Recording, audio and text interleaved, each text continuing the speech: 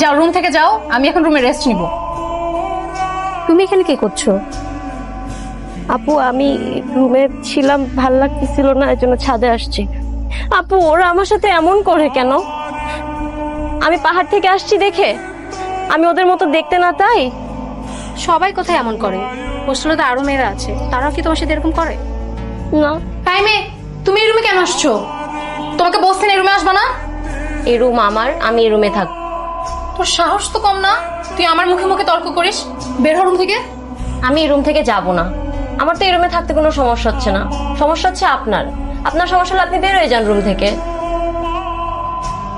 কি রাফিয়া, তুই চুপ করে থাকবি? কোথা থেকে এক বিদেশি মেয়ে উড়ে এসে জুড়ে বসছে, আমাকে বলে আমার রুম থেকে বের হয়ে যেতে। বিদেশি মানে? কে বিদেশি? আমি এদেশের নাগরিক, একজন গর্বিত নাগরিক। এদেশ আপনার যতটাই, ঠিক ততটাই আমার। উড়ে এসে জুড়ে বসছে মানে কি? আমি কোত্থেকে উড়ে আসছি? আমি তো অন্য কোনো দেশ থেকে আসিনি। এই দেশ আমার, এটা আমার জন্মভূমি। এই দেশের যতটা অধিকার আপনার রয়েছে, ঠিক ততটাই আমার অধিকার রয়েছে। আপনি সমতল ভূমির মানুষ, আমি পাহাড়ে বড় হওয়া মানুষ। আমি জানি কিভাবে সার্ভাইভ করতে হয়। সুতরাং আপনি নিজেকে সম্মান দিতে হলে আপনি আরেকজনকেও সম্মান দেন। কিরে দেখ, চুপ হয়ে গেলে কেন? একটু আগে কি যেন বলতেছিলি? কি কথা শেষ নাকি কথাই খুঁজে পাচ্ছিস না এখন? মানে তোরা প্ল্যান করেছিস আমাকে অপমান করার জন্য? প্ল্যান?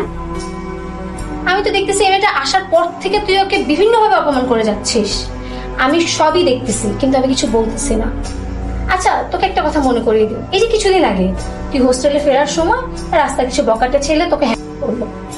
তুই তো হোস্টেলে ঢুকি সেই কি কান্নাকাটি, একদম অ্যাটেম্প পর্যন্ত নিয়েছিলি তুই। তখন আমরা সবাই মিলে তোকে মেন্টালি সাপোর্ট দিয়ে ওই জায়গা থেকে বের করে নিয়ে এসেছি।